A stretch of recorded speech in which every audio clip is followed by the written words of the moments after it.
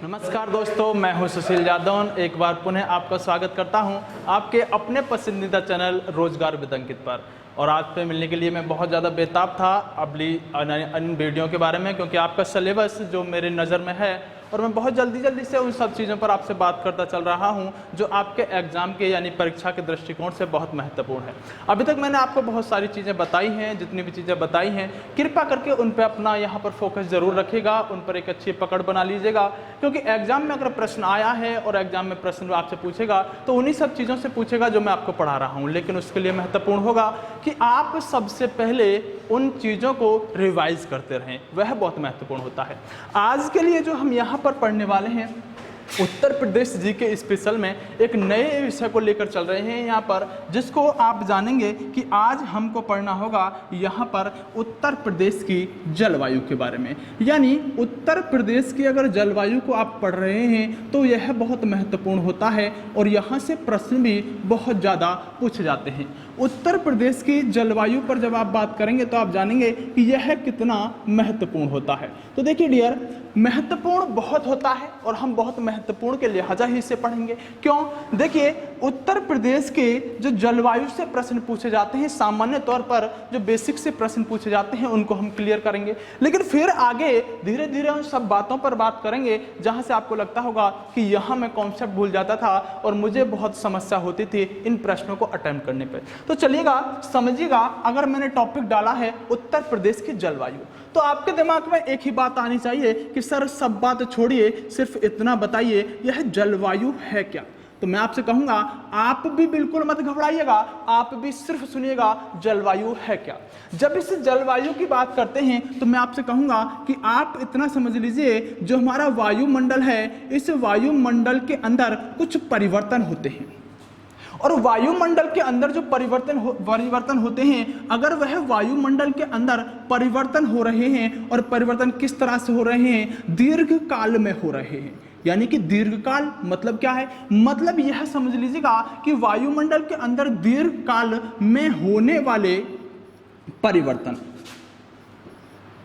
और होने वाले परिवर्तन मतलब इन परिवर्तनों को कितने दीर्घकालीन की बात आप कर रहे हैं। तो मैं कहूंगा कि वायुमंडल के अंदर दीर्घकालीन परिवर्तन, और वह भी कितने, लगभग 20 से 30 वर्षों में। यानी ऐसे समझिएगा कि जब भी वायुमंडल के अंदर 20-30 सालों में अगर कोई परिवर्तन हुआ तो हम उससे कहेंगे कि जलवायु में बदलाव हो रहा है। यह कोई छोटे समय के लिए नहीं होता, यानी 20-30 साल बाद धीरे धीरे हमें दिखाई देता है कि यह परिवर्तन हुआ है। तब आप कहेंगे कि जलवायु क्या होता है। तो आप कहेंगे वायुमंडल के अंदर दीर्घकालीन में होने वाले वहां की प्रक्रियाओं में परिवर्तन, वहां की सभी चीजों में परिवर्तन क्या कहलाता है? जलवायु कहलाता है। लेकिन इससे जलवायु के अलावा आपको एक और चीज समझनी होती है, वह चीज होती है कि सर इसके अलावा मौसम क्या होता है। तो आप इतना समझिएगा कि जब आपसे मौसम के बारे में पूछेगा तो आपको दो चीजें समांतर समझनी होती हैं। पहला होता है यहाँ पर क्या, जलवायु, और दूसरा होता है मौसम।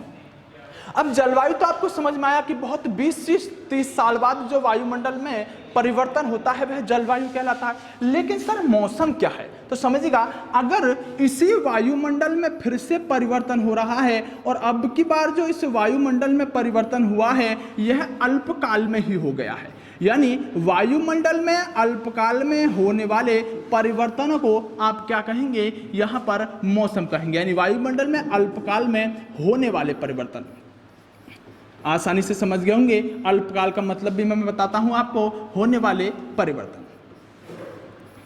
और यह जो परिवर्तन होंगे यह कितने समय में होंगे? तो आप इतना समझिएगा, यह परिवर्तन क्षण भर में हो सकता है। क्षण भर का मतलब है कि मौसम, और इसको आप समझिएगा कि आप देखते हैं सुबह सुबह अच्छी धूप निकल रही है, धूप निकलने के साथ साथ थोड़ा सा बादल हुआ, बादल होने के साथ साथ सुबह सुबह आपको गर्मी लग रही थी, बादल हुआ, बादल के बाद तुरंत बारिश पड़ी, और बारिश पड़ने के साथ ही आप क्या कहेंगे? सुबह गर्मी पड़ रही थी, अब बारिश हो रही है, मौसम बदल गया। उसके बाद शाम को धीरे धीरे बारिश होने की वजह से आपको ठंड लगने लग गई, आप कहेंगे सुबह गर्मी थी फिर बारिश हो गई, उसके बाद अब यहाँ पर क्या हो गया? अब यहाँ पर हमको ठंड लगने लगी, इसका मतलब फिर कहेंगे कि मौसम बदल रहा है। यानी अल्पकाल का मतलब है कि एक दिन में कई तरह के मौसम हो सकते हैं, और इसी तरह हम कह सकते हैं कि वायुमंडल में अल्पकाल में होने वाले परिवर्तन क्या कहलाते हैं, मौसम कहलाते हैं। तब आप दोनों ही चीजें आसानी से समझ सकते हैं, जलवायु और मौसम। जबकि हम जानते हैं कि यह जो जलवायु है यह मौसम के साथ बहुत अच्छा रिलेशन रखती है। आप सबसे पहले जानेंगे, अगर आप उत्तर प्रदेश के बारे में पढ़ते हैं तो आप इतना समझिएगा कि जब आप उत्तर प्रदेश के बारे में पढ़ रहे हैं और आपसे जब यहाँ पर प्रश्न पूछना शुरू करता है तो सबसे पहला ही प्रश्न पूछता है किस तरह से, वह आपसे प्रश्न पूछेगा इस उत्तर प्रदेश के संक्षेप में ही, उत्तर प्रदेश के संदर्भ में ही, और आपसे प्रश्न पूछ रहा होगा कि जो आपका उत्तर प्रदेश है सर, इस उत्तर प्रदेश की मुझे सिर्फ जलवायु बताइएगा। तो आपसे प्रश्न क्या पूछा है कि उत्तर प्रदेश की जलवायु। उत्तर प्रदेश की जलवायु मैंने कहा है बदलती रहती है, लेकिन बहुत लंबे समय के बाद बदलती है, आपको कोई समस्या नहीं होनी चाहिए। अब आपसे जब उत्तर प्रदेश की जलवायु पूछ रहा है तो समझिएगा जलवायु उत्तर प्रदेश की कैसी होने वाली है। आप ऐसे समझिएगा कि अगर किसी जगह पर, किसी देश में, किसी राज्य में या किसी स्थान में, उस जगह पर वहां पर जो 12 महीने होते हैं यानी 1 साल होता है, अगर उस 1 साल में से उस देश के अंदर 8 महीने गर्मी पड़ती है और 4 महीने सर्दी पड़ती है, तो आप कहेंगे कि इस देश की जो जलवायु है वह शीत जलवायु है। मेरी बातों का मतलब समझ रहे होंगे।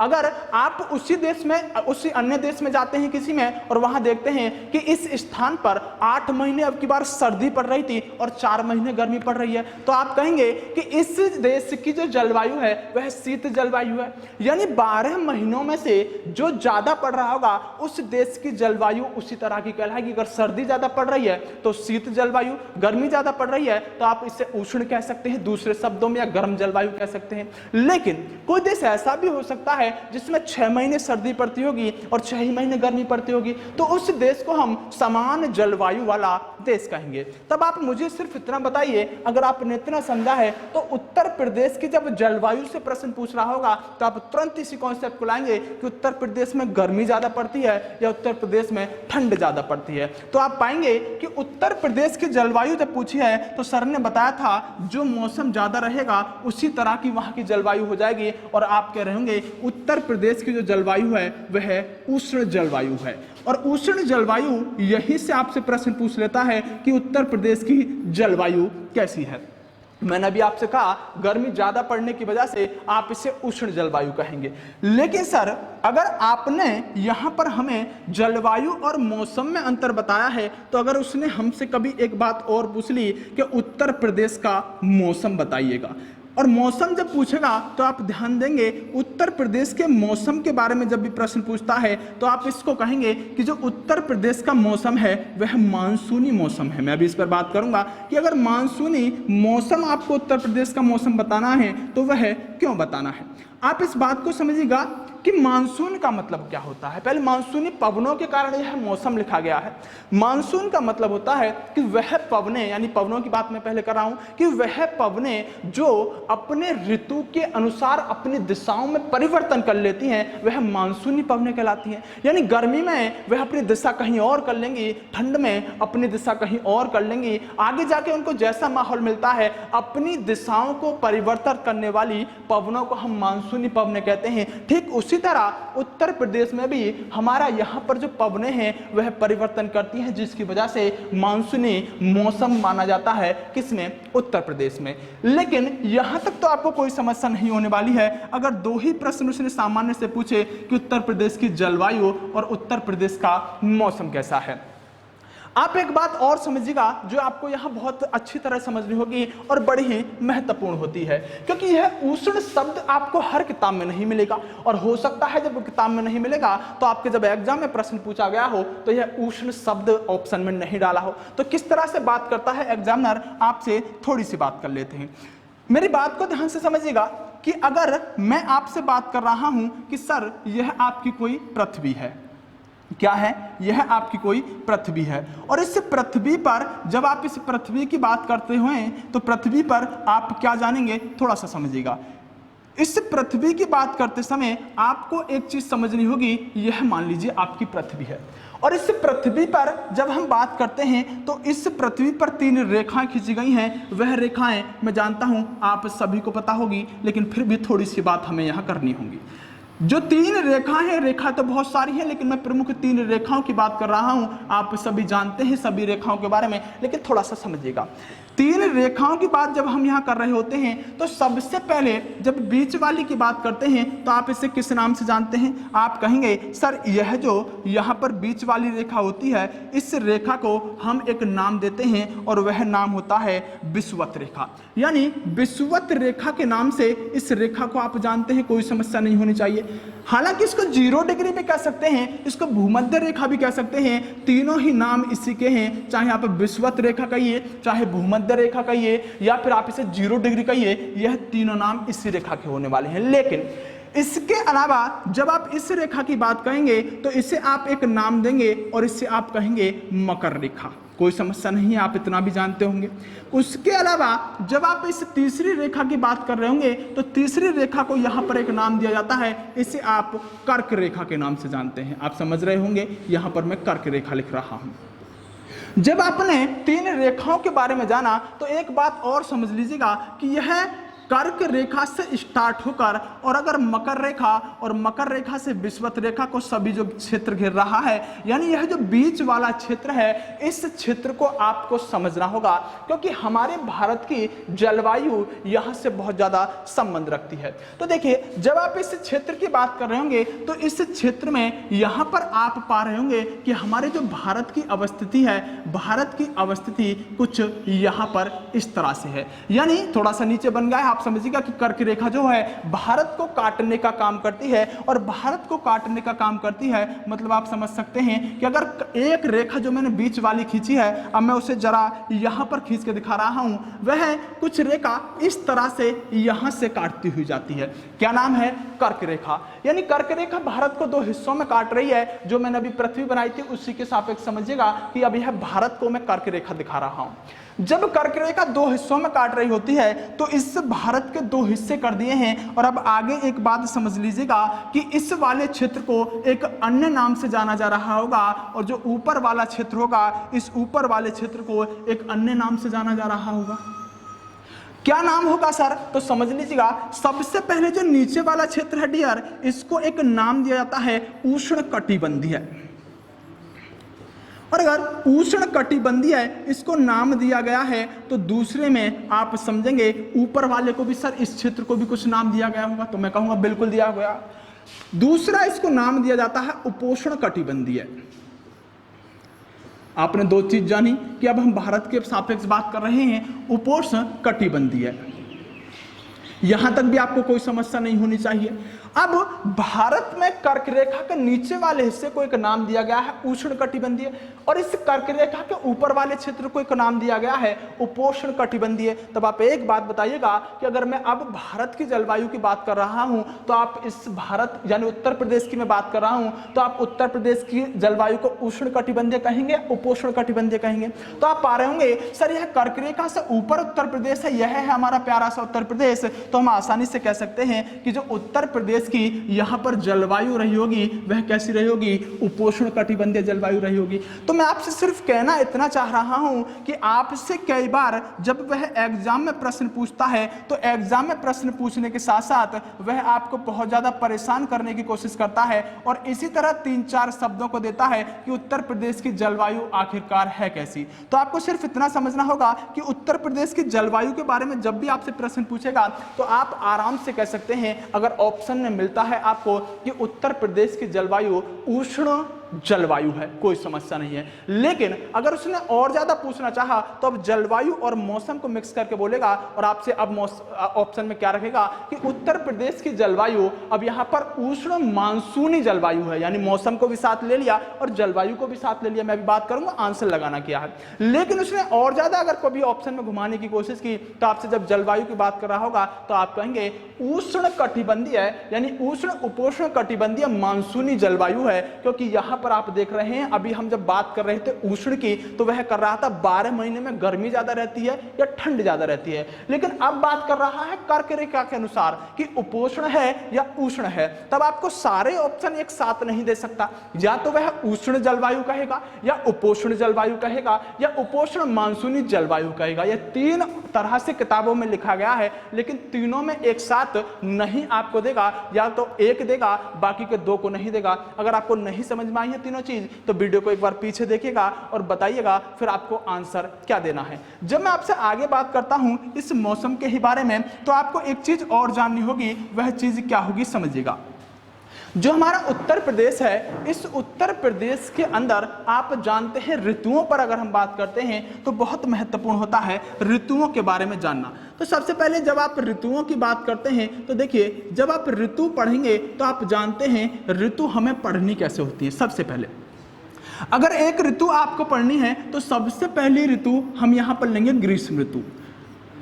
कोई समस्या नहीं है, ग्रीष्म ऋतु के बारे में पढ़ेंगे। तो देखिए, ग्रीष्म मतलब समझिएगा गर्मी की बात हम कर रहे हैं, गर्मी जो अभी पड़ रही है। ग्रीष्म यानी गर्मी की बात अगर करते हैं तो सबसे पहला और सामान्य सा प्रश्न पूछता है कि उत्तर प्रदेश में सबसे ज्यादा ग्रीष्म स्थिति या सबसे ज्यादा गर्मी कब पड़ती है। वह पूछना चाह रहा है पूरी साल के अंदर कब ज्यादा गर्मी पड़ती है। तो जब भी आपसे ऐसा प्रश्न पूछे कि उत्तर प्रदेश में सबसे ज्यादा गर्म किस समय में रहता है, गर्मी किस समय में रहती है, तो आप कह सकते हैं कि मई के अंतिम सप्ताह में, यानी मई के अंत में, और मई के अंत के अलावा कह सकते हैं जून में। यानी जब भी आपसे प्रश्न पूछेगा तो आप एक बात याद रखेंगे, यह सामान्य सी जानकारी है कि सबसे ज्यादा गर्मी कब पड़ती है। बिल्कुल आप आसानी से बताएंगे कि मई के अंत में या जून में गर्मी पड़नी अच्छी खासी उत्तर प्रदेश में आरंभ हो जाती है। लेकिन मई के अंत में अगर जून यानी कि मई में या फिर शुरू जून में अगर गर्मी पड़ रही है तो सर एक बात बताइएगा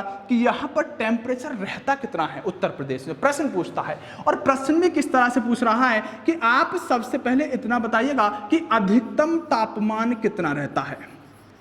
और जब अधिकतम तापमान से उसने प्रश्न पूछा है तो आप इसका आंसर जो देंगे बड़े आराम से देंगे, क्योंकि मैं आपको बताने वाला हूं। अगर आप इस प्रश्न को नहीं पढ़े होते तो जरूर गलत कर जाते, क्योंकि अगर अधिकतम पूछता तो आप यहां पर लगा रहे होते 48 डिग्री तक टेम्परेचर चला जाता है, ऊपर आपको लगता है 46 तक चला जाता है। लेकिन यह औसतन जानने की बात करता है कि अधिकतम औसतन कितना। जब अधिकतम औसतन की बात करेगा तो आप सिर्फ एक बात कहेंगे कि 36 से 39 डिग्री सेंटीग्रेड तक उत्तर प्रदेश में अधिकतम तापमान रहता है। औसतन कितना? 36 से 39 डिग्री सेंटीग्रेड तक औसतन अधिकतम तापमान रहता है। कहां? उत्तर प्रदेश में। लेकिन अगर उसने फिर न्यूनतम की बात कर दी कि न्यूनतम तापमान कितना रहता है उत्तर प्रदेश में, तो आप फिर कहेंगे कि उत्तर प्रदेश में अगर तापमान पूछ रहा है तो ठंड के समय में तो हमें बिल्कुल ओले की तरह जम जाते हैं, पारा पड़ता है 2-3 के आसपास भी आ जाता है। लेकिन नहीं, यह औसतन की बात करता है। और जब औसतन तापमान न्यूनतम पूछेगा तो आप इसका आंसर लगाएंगे कि लगभग 21 डिग्री सेंटीग्रेड से लेकर 23 डिग्री सेंटीग्रेड तक न्यूनतम तापमान रहता है। कहां पर? उत्तर प्रदेश में। यहां तक आपको कोई समस्या नहीं होने वाली, यानी यहां आप आसानी से इन दोनों प्रश्नों को अटेम्प्ट कर जाएंगे। सबसे फेवरेट प्रश्नों पर लेकर चलता हूं, जो सबसे फेवरेट प्रश्न आपसे पूछे जाते हैं, और वह प्रश्न क्या है कि उत्तर प्रदेश का यानी यूपी का वह कौन सा यानी कि क्या जिला है जहां पर क्या सबसे ज्यादा गर्मी पड़ती है। या आप ऐसे समझिएगा कि यूपी का वह जिला जो सबसे ज्यादा क्या है, गर्म है। यह बहुत फेवरेट सा प्रश्न है कि सबसे गर्म जिला कौन सा है। तो आप इसका प्रश्न का आंसर आराम से लगा सकते हैं, लेकिन फिर भी मैं आपसे बात करूंगा कि आपको यहां पर सबसे गर्म जिला भी जानना है, उसके अलावा सबसे यहां पर ठंडा। देखिए, ठंडे का मतलब है कि बर्फ नहीं पड़ती, लेकिन उत्तर प्रदेश के संदर्भ में हम बात कर रहे हैं तो सभी 75 जिलों में सबसे ठंडा कौन सा रहने वाला है। तो आपसे सबसे ठंडा भी पूछ सकता है, कोई समस्या नहीं है। दोनों ही प्रश्न हैं और दोनों ही प्रश्न बड़े ही अच्छे बन जाते हैं, क्योंकि आप सभी को मैं जानता हूं याद होंगे अधिकतरों को, लेकिन जिनको नहीं याद होंगे जरा समझिएगा।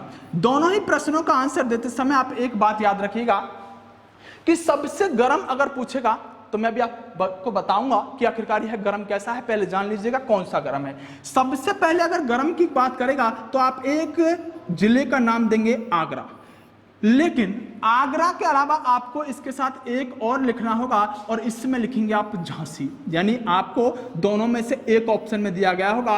आगरा और झांसी में लगभग समान गर्मी पड़ती है, पहला आगरा, दूसरा झांसी। लेकिन सर ठंडा कौन सा रहने वाला है? तो आप कहेंगे सर सबसे ठंडा रहेगा कौन सा? बरेली।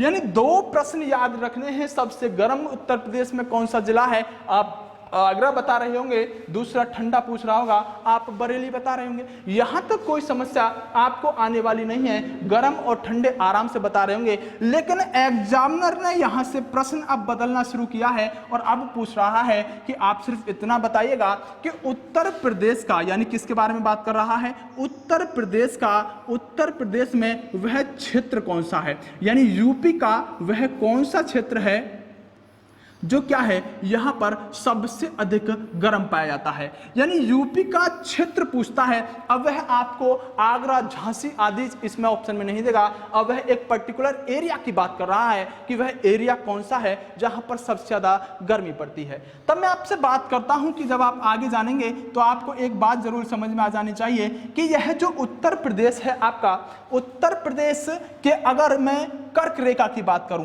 तो लगभग कर्क रेखा यानी इस उत्तर प्रदेश के कहां? दक्षिण में होगी। मैं उसको यहां मान लेता हूं, थोड़ी देर के लिए मान लीजिए यहां पर है। यानी कर्क रेखा यहां रही होगी। वैसे हम बात करें उत्तर प्रदेश के दक्षिण में, आप सभी जानते हैं कि 8 राज्यों से होकर गुजरती है और यहां पर मान लीजिए। लेकिन आप एक और बात जानते हैं कि अगर यह आपका सूर्य है और यह सूर्य जो यहां पर कर्क रेखा से लेकर मकर रेखा तक क्या करता रहता है? घूमता रहता है। आप जानते हैं कि 21 जून वह समय होता है जब 21 जून को यह सूर्य अपनी किरणें सीधे कहां डाल रहा होता है? इसी कर्क रेखा पर डाल रहा होता है। तो आपसे अब प्रश्न पूछ रहा है कि गर्म क्षेत्र कौन सा होगा? तो आप कहेंगे कि सर जो नीचे वाला क्षेत्र होगा ना, क्योंकि कर्क रेखा पर सीधी किरणें डालता है 21 जून को, और कर्क रेखा से ऊपर नहीं जाएगा, अब नीचे की तरफ सूरज चला जाएगा। यानी लास्ट कहां तक आ रहा होगा? कर्क रेखा तक। और जब कर्क रेखा तक सूरज आ रहा होगा तो आप जानते हैं कि यह जो यहां वाला स्थान होगा ना, यही सबसे ज्यादा गर्म स्थान हो सकता है, क्योंकि सूरज यहां से फिर नीचे चला जाएगा और फिर यह जो स्थान होगा ना, इसको एक स्थान को नाम दिया गया है। उस स्थान को आप क्या नाम दे सकते हैं? उस स्थान को आप एक नाम देते हैं और नाम होता है बुंदेलखंड। यानी बुंदेलखंड स्थान पर क्या होता है, जब भी वह क्षेत्र की बात करेगा कि सबसे अधिक गर्म क्षेत्र कौन सा है, तो आप कहेंगे बुंदेलखंड। यानी बुंदेलखंड वह स्थान है जहां पर सबसे ज्यादा गर्मी पड़ती है। अब बुंदेलखंड क्या है? बुंदेलखंड इतना समझ लीजिए कि झांसी आदि वाला जो क्षेत्र है उसी पूरे एरिया को बुंदेलखंड के नाम से जान लिया जाता है, और वही क्षेत्र है जहां पर सबसे ज्यादा क्या पड़ती है? सबसे ज्यादा गर्म स्थान यहां पर माना जाता है। जब हम आगे बात करते हैं तो आप सभी जानते हैं कि आप अन्य चीजों पर यहां बात करेंगे, और वह किस तरह से जानेंगे? अभी तक हमने एक ऋतु पर बात की है, सिर्फ ग्रीष्म ऋतु पर, और आपने 3-4 चीजें जानी है। सबसे पहला कि तापमान सबसे औसतन ज्यादा उत्तर प्रदेश में कितना रहता है? आप कितना बताएंगे? आप कहेंगे सर 36 से 39 डिग्री तक औसतन अधिकतम तापमान रहता है। लेकिन जब पूछेगा न्यूनतम तो आप कह रहे होंगे 21 से लेकर 23 तक यहाँ पर न्यूनतम तापमान रहता है। जब आपसे पूछ रहा होगा कि आप सिर्फ इतना बताइए कि उत्तर प्रदेश का वह कौन सा जिला है जहां पर सबसे ज्यादा गर्मी पड़ती है, तो जब जिले की बात करेगा आप 2 जिले नाम याद रखेंगे, पहला आगरा, दूसरा झांसी। लेकिन जब न्यूनतम तापमान की बात कर रहा होगा आप एक जिले का नाम लेंगे, नाम होगा बरेली। लेकिन जब क्षेत्र की बात कर रहा होगा तो अब यहां पर किसी जिले को ना ऑप्शन में नहीं देगा, और आप आंसर दे रहे होंगे बुंदेलखंड बारे एरिया में जो यहां पर सबसे ज्यादा गर्मी पड़ती है। कारण क्योंकि वह कर्क रेखा के नजदीक है, इसलिए वहां सूर्य 21 जून को सीधा अपनी किरणों को डालता है, इसलिए 21 जून को जब वहां किरण पड़ती है तो सबसे ज्यादा गर्म भी यह बुंदेलखंड का एरिया रहा होगा। यहां तक भी आपको कोई समस्या होने वाली नहीं है। हम जब आगे बात करेंगे यहां पर, तो आपको अब अगली ऋतु के बारे में जानना होगा। जो अगली ऋतु होने वाली है उसको जरा ध्यान से समझिएगा। सबसे पहले अभी तक आपने जाना था ग्रीष्म ऋतु के बारे में, लेकिन ग्रीष्म ऋतु के बाद अब हम थोड़ा सा बात कर लेते हैं अगली ऋतु के बारे में। तो देखिए, ऐसा भी समय रहता होगा जब उत्तर प्रदेश के अंदर क्या होती होगी? वर्षा रहती होगी, यानी वर्षा ऋतु। और वर्षा ऋतु को जब आप पढ़ने की कोशिश करेंगे बहुत महत्वपूर्ण होता है इस जलवायु चैप्टर में, यह है वर्षा ऋतु उत्तर प्रदेश के संदर्भ में। जब आप वर्षा ऋतु को पढ़ते हैं तो आप एक बात समझ लीजिएगा कि उत्तर प्रदेश में जो वर्षा होती है वह कहाँ से होती है, जरा जानिएगा। मैं आपको धीरे धीरे उन सभी चीजों पर बात करने वाला हूं जहां पर आपको बहुत सारे प्रश्न यहां पर समझ में आ चुके होंगे। देखिए, जब उत्तर प्रदेश में वर्षा के बारे में बात करता है तो आपको एक बात समझ में आ जानी चाहिए कि सर वर्षा हो रही है तो यह मानसून से हो रही होगी। थोड़ा सा समझा दीजिएगा कि मानसून से वर्षा उत्तर प्रदेश में हो रही है तो कैसे, फिर हम अपने आप समझ जाएंगे कि अब प्रश्नों का आंसर कैसे देना है। जरा ध्यान से दीजिएगा, ध्यान बिल्कुल यही होना चाहिए, एकदम समझिएगा बात को। अगर नहीं समझ में आया तो फिर से समझिएगा, फिर भी समझ में नहीं आया तो लिखिएगा, फिर समझिएगा, अब जरूर समझ में आएगा।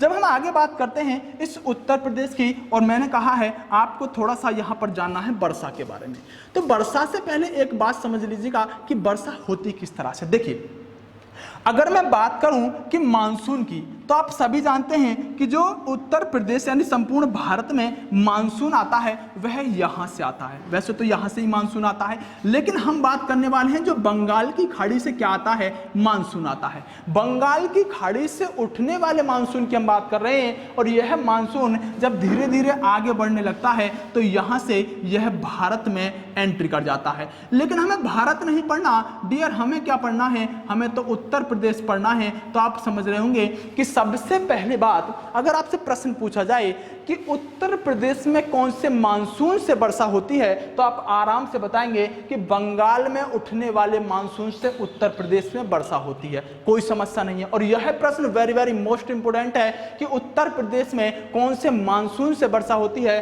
बंगाल की खाड़ी से उठने वाले मानसून से वर्षा होती है उत्तर प्रदेश में। अब जरा आगे समझिएगा, जब यह मानसून बंगाल की खाड़ी से उठने वाला आगे बढ़ रहा होता है तो आप सभी जानते हैं यहां पर क्या है, हिमालय, नेपाल आदि का क्षेत्र, और हिमालय है तो इस मानसून की एक धारा कुछ इस तरह से जाती है और इस हिमालय से टकरा जाती है, और अब हिमालय से टकराकर वापस आने लगती है और वापस आकर इस स्थान पर भी बारिश कर रही होती है। तब आप एक बात समझिएगा यहां पर कि जो यहां से बंगाल की खाड़ी से मानसून गया था, यह उत्तर प्रदेश में, अगर यह उत्तर दिशा रही होगी, यह दक्षिण रही होगी, यह पूर्व रहा होगा, यह पश्चिम रहा होगा, तो बंगाल की खाड़ी से मानसून कहां से प्रवेश कर रहा होगा, आप कहेंगे सर पूर्व दिशा से प्रवेश कर रहा होगा, यहीं से। और जब पूर्व दिशा से प्रवेश कर रहा होगा तो आप मुझे बताइएगा, जब मानसून यहां से प्रवेश करेगा तो वर्षा यहां ज्यादा करेगा या यहां ज्यादा करेगा? आप कहेंगे सर पूर्व दिशा में ही ज्यादा करेगा, जहां से घुसेगा वहीं ज्यादा करेगा, आगे धीरे धीरे हल्का होता चला जाएगा और वर्षा कम करते हुए जाएगा। तो सबसे पहले आपको ध्यान रखना है कि वर्षा पूर्व और पश्चिम दिशा की अगर बात करें तो उत्तर प्रदेश में वर्षा पूर्व स्थान पर या पूर्वी क्षेत्र में ज्यादा होती है। लेकिन दूसरा कॉन्सेप्ट समझिएगा कि जब हिमालय से टकराकर, यानी पहला तो क्लियर होगा पूर्व दिशा में ज्यादा होती है और अब पश्चिम दिशा में कम करता हुआ चला जाएगा। अब एक धारा जो यहां पर नेपाल के हिमालय से टकराकर वापस आ गई है, अब यही इस उत्तर प्रदेश के इस स्थान पर भी वर्षा कर रही होगी, और जब इस स्थान पर वर्षा कर रही होगी तो अब आपसे पूछ सकता है कि हिमालय से टकराकर आने वाली मानसून की एक जो यहां पर धारा होगी, मानसून की एक जो यहां पर स्ट्रीम रही होगी, वह किस स्थान पर ज्यादा वर्षा कर रही होगी, उत्तर में या दक्षिण में? तो आप कहेंगे कि जो धारा यहां पर मानसून की हिमालय से टकरा कर आई है वह वर्षा इस उत्तर में ज्यादा कर रही होगी, और जब नीचे आती जाएगी तो दक्षिण में कम वर्षा करती चली जाएगी। अब आप एक बात बताइएगा कि जो स्थान यहां पर रहा होगा, मैं आपको एक दूसरे पेन से बताता हूं कि जो स्थान यहां पर रहा होगा, जो इस बंगाल की खाड़ी से उठने वाले मानसून जो इस पूर्वी दिशा से जो बारिश ले रहा होगा, दूसरा यह जो यहाँ वाला स्थान होगा यह पक्की ऊपर से जो वापस धारा आ रही है उससे भी वर्षा ले रहा होगा। तो आप जानते हैं कि यहाँ पर जो स्थान होगा वह सबसे ज्यादा बारिश ले रहा होगा। लेकिन दूसरा बात, अगर जो कुछ यहाँ पर स्थान रहे होंगे वह आप सभी जानते हैं वह ना तो इस वाले से वर्षा ले पा रहे होंगे क्योंकि यह कम वर्षा करता हुआ चला जाएगा, ऊपर वाला जब नीचे आएगा तो वह भी कम वर्षा करता हुआ चला जाएगा। यानी इस स्थान पर जो स्थान है, इस स्थान पर जो जिला होगा वह सबसे ज्यादा बारिश ले रहा होगा, क्योंकि दोनों धाराओं से ले रहा है। और इस स्थान पर जो जिले होंगे वह सबसे कम वर्षा ले रहे होंगे। और अगर आपको मैप की थोड़ी सी भी नॉलेज रही होगी तो आप आसानी से प्रश्नों का आंसर दे पाएंगे जब आपसे पूछेगा कि उत्तर प्रदेश का वह कौन सा जिला है जहां पर क्या सबसे ज्यादा वर्षा होती है, यानी जिला कौन सा है जो सबसे ज्यादा वर्षा लेता है। तो आप कहेंगे सबसे ज्यादा वर्षा अगर कहीं पर होती है तो वह स्थान होगा कौन सा, गोरखपुर। यानी जिला वर्षा जिला लेने वाला सबसे अधिक कौन सा है, तो आप आसानी से कहेंगे सर यह तो गोरखपुर होने वाला है। आप आराम से इस प्रश्न को अटेम्प्ट कर गए, क्योंकि गोरखपुर यहीं पर पड़ता है जो मैं आपको इंडिकेट कर रहा हूं, अभी मैप पर दिखाऊंगा आपको आगे। लेकिन अगर वह जिला पूछा जहां पर कम वर्षा होती है और कम वर्षा जहां पर होने वाला स्थान पूछ रहा है, तो आप पक्का कह रहे होंगे सर यहां पर कोई स्थान कोई जिला रहा होगा जो सबसे कम वर्षा ले रहा होगा। तो मैं कहूंगा वह कौन सा जिला है जो सबसे कम वर्षा लेता है, बताएगा कोई बताएगा सबसे कम वर्षा कहां होती है? मैं उत्तर प्रदेश से पूछ रहा हूं, आप कहेंगे सर यह स्थान रहने वाला है मथुरा। यानी मथुरा वह स्थान है जहां पर सबसे कम वर्षा होती है और गोरखपुर वह जिला है उत्तर प्रदेश का जहां पर सबसे ज्यादा वर्षा होती है। और इस कॉन्सेप्ट को ध्यान रखिएगा, क्योंकि अगर कभी उसने मथुरा ऑप्शन में नहीं डाला तो आपको यह बात जरूर पता होनी चाहिए कि इस वाले स्थान के जितने भी जिले हैं यह कम वर्षा ले रहे हैं और इस वाले स्थान के जो जिले हैं वह ज्यादा वर्षा ले रहे हैं, और आप आराम से इस प्रश्न को अटेम्प्ट कर जाएंगे। लेकिन एक सामान्य सा प्रश्न कभी अगर आपसे पूछ लेता है कि आप सिर्फ इतना बताइएगा कि यह बारिश होती कब है, तो आप कहेंगे कि जो वर्षा आरंभ होने का समय है वह जून के अंतिम सप्ताह से हो जाता है। यानी वर्षा जो होती है, वर्षा आरंभ कब से हो जाती है, और आरंभ किस में, उत्तर प्रदेश की बात करते हैं। तो वर्षा आरंभ होने का आरंभ का जो समय है वह आप आसानी से इसका आंसर देंगे कि यह जून से आरंभ हो जाती है। इसमें आपको कोई समस्या नहीं रहने वाली है। यानी जून के अंतिम सप्ताह से आप जानते हैं उत्तर प्रदेश में वर्षा मानसून आने शुरू हो जाते हैं, धीरे धीरे आगे और बढ़ती चली जाती है जब बहुत ज्यादा वर्षा होती है। लेकिन आरंभ कब से होगी, जून के अंतिम सप्ताह से वर्षा होनी आरंभ कर देती है। यह प्रश्न आपसे जो पूछा जाता है बड़ा ही महत्वपूर्ण होता है। लेकिन जरा आप आगे भी चीजों को समझिएगा। जब मैं वर्षा की बात करता हूं तो वर्षा पर बहुत सारी चीजें बन जाती हैं, लेकिन प्रमुख रूप से हमको सारी उन बातों के बारे में बात करना है जो महत्वपूर्ण होती हैं। क्योंकि आपको एक प्रश्न और पूछा जाता है, और वह प्रश्न उत्तर प्रदेश ही नहीं विभिन्न एग्जामों में पूछा जाता है। और आपको उत्तर प्रदेश के जरूरी नहीं है उत्तर प्रदेश जीके से वह प्रश्न पूछा जा रहा हो सकता है आपसे ज्योग्राफी जो आप पढ़ रहे हैं उससे भी यह प्रश्न हो सकता है। तो आप एक बात समझने की कोशिश कीजिएगा, मैं सिर्फ आपको एक ही चीज बताऊंगा यहाँ पर, वह चीज बड़ी महत्वपूर्ण होने वाली है, जरा ध्यान दीजिएगा। यह अगर भारत का मैप है, इस भारत के मैप में प्रमुख रूप से आप ध्यान दीजिएगा कि जिस तरह से बंगाल की खाड़ी से मानसून गया है, एक मानसून इधर से भी आता है, और वह जो मानसून इधर से आता है प्रमुख रूप से आप इतना समझ लीजिएगा कि अफ्रीका आदि क्षेत्र से यह मानसून आ रहा होता है। अफ्रीका के भी कहां से, जो हमारा काला सागर, कैस्पियन सागर आदि है, वहां से भी एक मानसून इस भारत में एंट्री करता है। और जो भारत से यह मानसून एंट्री कर रहा है, इसको कुछ नहीं, इसको एक नाम दिया जाता है, इसका पश्चिमी विक्षोभ के नाम से जानते हैं। मैं इसको यहां लिख देता हूं कि जो यह मानसून आ रहा है, इस मानसून को क्या नाम देते हैं, इसको आप पश्चिमी विक्षोभ कहते हैं। कुछ नहीं है डियर, पश्चिमी विक्षोभ एक मानसून का नाम है।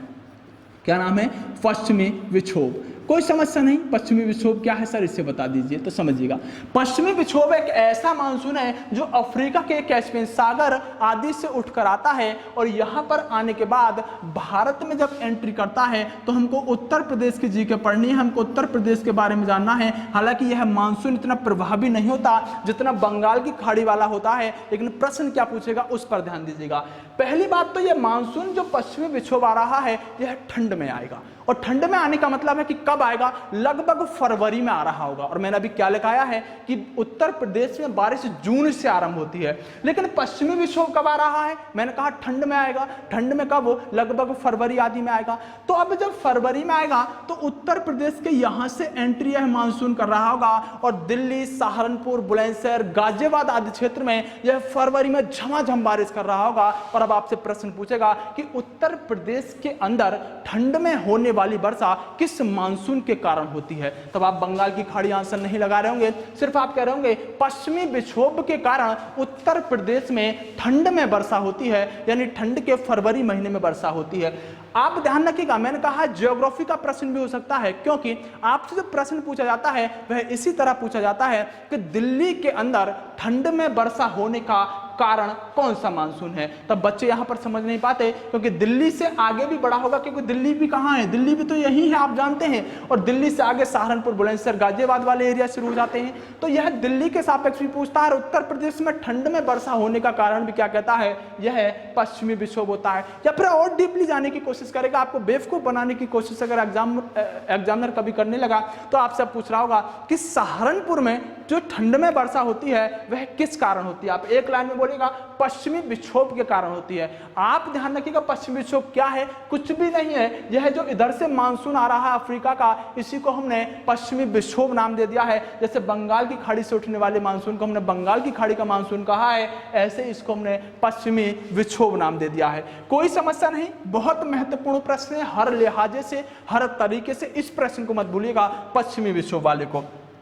जब हम आगे चलते हैं, आगे चलने के साथ अब आपको कुछ अन्य चीजें जाननी होती हैं, और वह अन्य चीजें क्या होती हैं देखिएगा।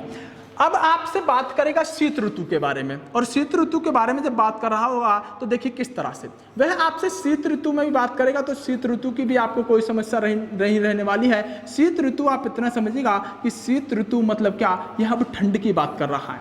तो सबसे सामान्य सा प्रश्न जो पूछेगा कि उत्तर प्रदेश में ठंड कब से पड़नी आरंभ हो जाती है और कब तक रहती है। तो आप एक लाइन में इसका आंसर दे दीजिएगा कि उत्तर प्रदेश में जो ठंड पड़ती है यह कब से, दिसंबर से पड़ना आरंभ हो जाती है।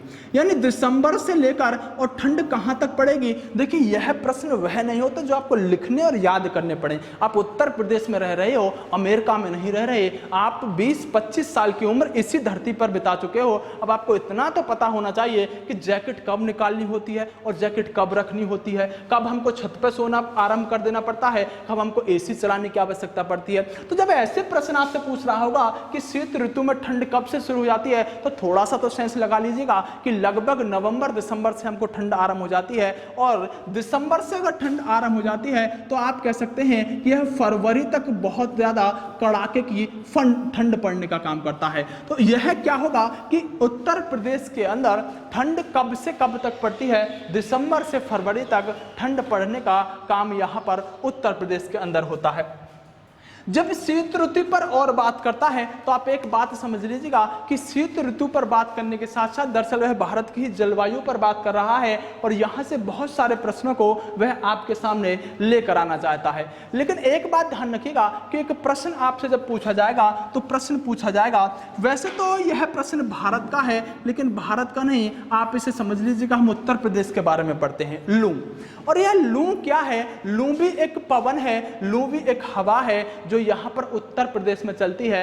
और अगर आप इसको मैप पर समझना चाहते हैं तो आप इस तरह समझिएगा कि जो लू होती है डियर, यह लू चलती कहां पर है, इसको जब आप समझने की कोशिश करेंगे तो दरअसल लू इस स्थान पर चलने का काम करती है। यानी जो गर्म और आर्द्र हवा के बनने के कारण यहां पर विभिन्न प्रकार की पवनों में परिवर्तन आता है, इस स्थान पर लू चलने का काम करती है। वैसे उत्तर भारत होता है, लू कहां चलती है, उत्तर भारत में, लेकिन हम जानते हैं कि उत्तर भारत में ही तो हमारा उत्तर प्रदेश आता है। तो लू यहां पर चलती है। लेकिन दूसरी चीज एक और बात ध्यान रखना कि अब यहां से एक और प्रश्न आपसे कई बार पूछ लिया गया है, उस प्रश्न की और मैं बात कर लेता हूं। देखिए होता क्या है कि यहां से जब मानसून, यहां से जब हवाएं उठती हैं तो यहां से हवा उठकर उत्तर प्रदेश की तरफ चलने लगती हैं, मैंने आपसे अभी बताया। और आप कह सकते हैं कि यहां से भी कुछ और जो अरब सागर से हवाएं होंगी वह भी उत्तर प्रदेश की तरफ जा रही होंगी, क्योंकि हम उत्तर प्रदेश को पढ़ रहे हैं, भारत के जलवायु को नहीं पढ़ रहे हैं। अब इस जगह पर होगा क्या कि इस जगह पर दो तरह की वायु मिल गई होगी। यह जो एरिया है यहां पर जो वायु गई होगी वह शुष्क वायु हो गई होगी, और शुष्क के साथ साथ दूसरी तरफ से आर्द्र वायु भी आ गई होगी।